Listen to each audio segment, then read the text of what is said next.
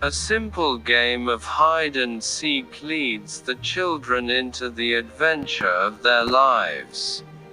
An exciting story that will have little readers turning the pages, eager to know what comes next. James, his sister Sally, and Mark, their BFF, best friend forever, were bored. They had played all day, but now that it was dark and difficult to see, they had nothing to do. They couldn't play soccer because they couldn't see the ball. They didn't want to go inside and play a game because it was a beautiful springtime night and they liked being outside, especially after having to play inside all winter long. They just didn't know what to do, and it was a little too early for them to go home. "I guess I'll just go home," Mark said in a sad voice. "Ah, come on," replied James. "We still have time for another game of something." Then Sally said, "I have an idea. Let's play hide and seek." "I was just going to say that," James said. "Yeah, I'll bet," replied his sister. "You always say you were thinking of whatever I think of," she snapped. "Do not," James said in a loud voice. "Do too," yelled Sally. Mark just looked down at the ground and shook his head from side to side. "They're at it again," he mumbled to himself. Then he yelled, "Okay, let's play hide and seek. I'll be the seeker." He turned, faced a big tree, closed his eyes, and started counting out loud. 100, 99, 98, 97. Sally and Mark stopped arguing, looked at each other, and ran off in different directions to find a hiding place.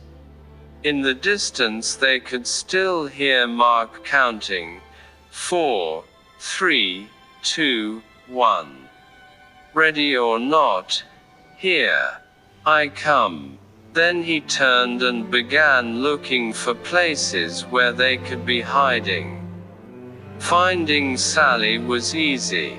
She always ran off and then circled back so she would be close to base, the safe place to get to before being tagged. Mark looked for the biggest tree and ran towards it. But she wasn't there. "I'll bet she's behind that big bush," he said to himself. So he ran to it and was ready to tag her, but she wasn't there either.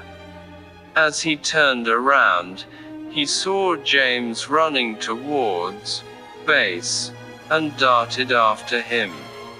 Just before he touched James' shoulder, James tagged the base and yelled out, "Safe."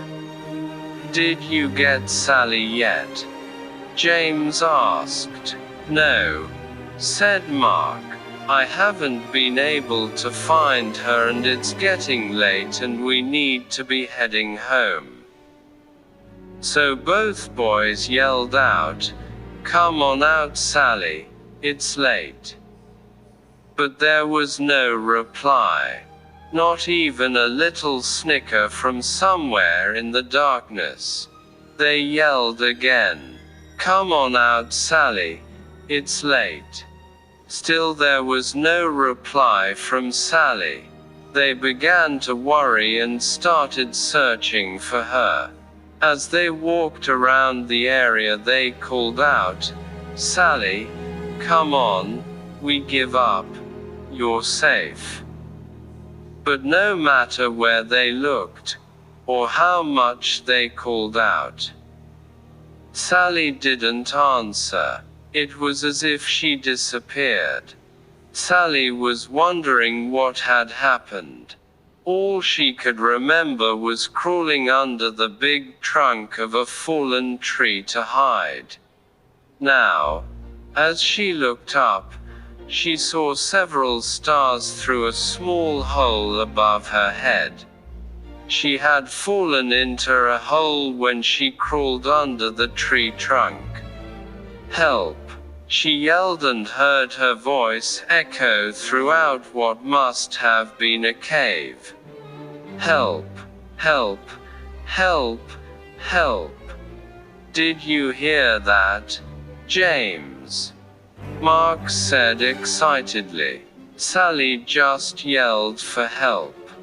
"Keep yelling, Sally," James screamed. "That way we can find you."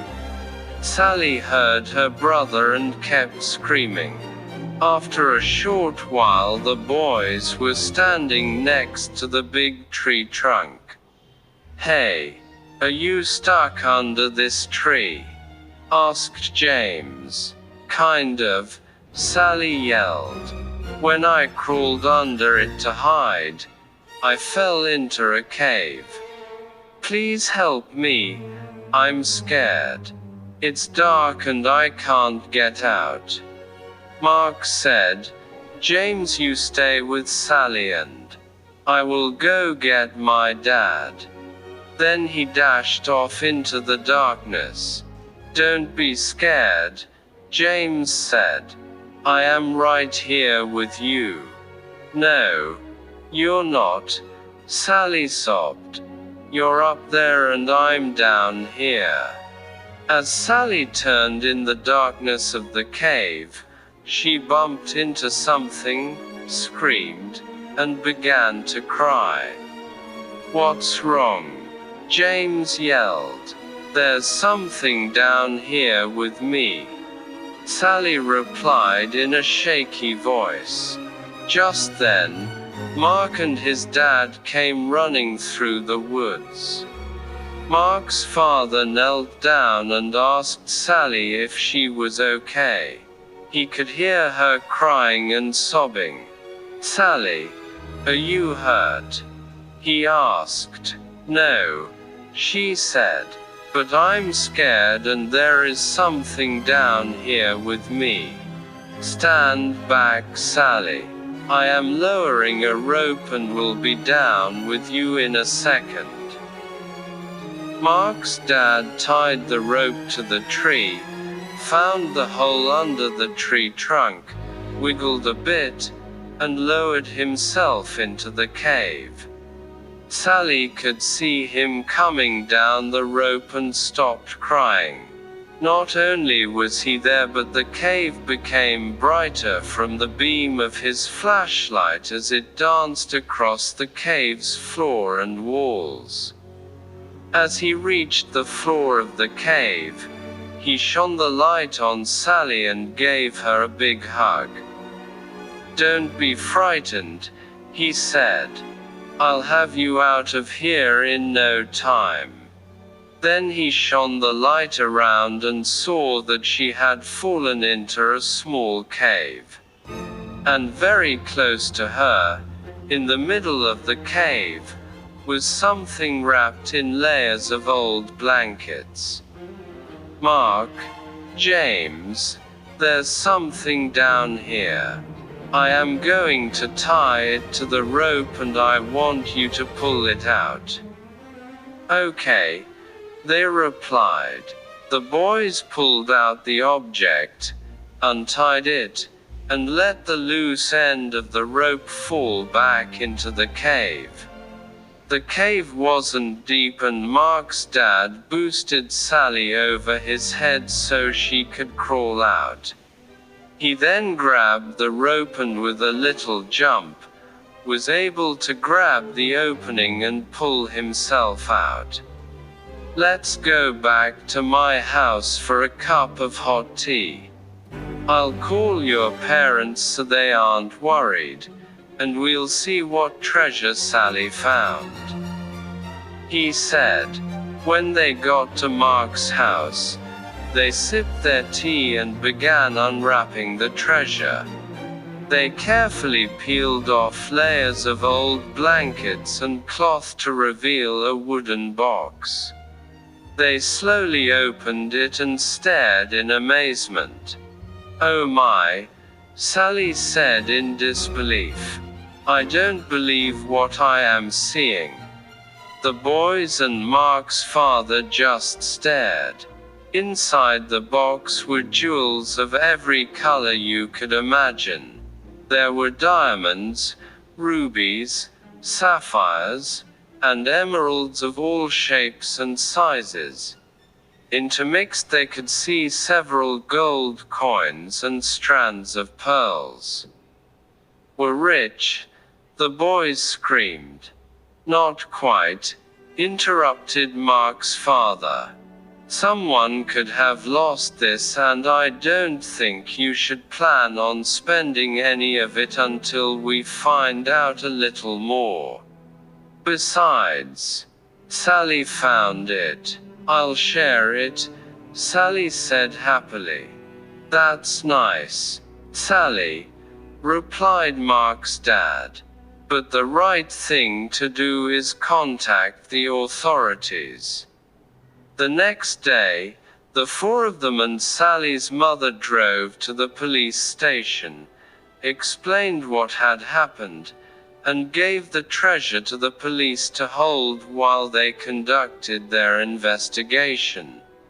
They left the police station sadly, and even the double-dipped ice cream cones Mark's father bought for them didn't make them smile. They drove back in silence. Several weeks passed with no word from the police. Then, one evening, Mark's father called James, Sally, and their parents. "The police just called and I think you should come over right now," he said. "I'm afraid there is some bad news about the treasure. The police are on their way and will explain everything when you get here." Sally and James didn't say much during the ride to Mark's house. Sally thought that since it was bad news, the treasure belonged to someone else, even though they probably lost it. "Whatever happened to finders keepers?" she mumbled. "What did you say, Sally?" her mother asked. "Oh, nothing," Sally replied. Then she let out a long, sad sigh that echoed through the car. When they arrived at Mark's house, the police were there with the treasure box. As Sally entered, the captain introduced himself and said, "Sally, this is yours. Your parents need to sign some papers, but the box and its contents are yours." Sally, Mark, and James shrieked with joy and danced around the room. Then Sally said, "What is the bad news?" The captain smiled and said, "The treasure is worth more money than you can imagine, and with your newfound wealth comes great responsibility." Sally didn't quite understand what the captain was talking about, and right now it really didn't matter. Mark asked, "Are you going to share?" "Of course," Sally said. "If you and James didn't help me, I might still be there." Several days later, Sally asked everyone over to her house. "I have decided what to do with the money from the treasure after it is sold," she said. "I am giving 1/6 to our mom and dad, 1/6 to Mark's mom and dad, 1/6 to Mark, 1/6 to James, and 1/6 for me." there is an extra 1/6. Mark proudly stated. He loved math and was right on top of Sally's calculations. No, there's not, Sally said. Is too, James said. Is not, Sally said in an angered voice. Just as Mark was going to say, "They're at it again," Sally said, "This is why there isn't an extra 1/6. I am giving it to the local charity, so it can be given to those less fortunate and in need." Her mother and father said it was a caring and responsible thing to do. They were very proud of her and knew that she understood what the captain meant when he had turned the treasure over to her just days before.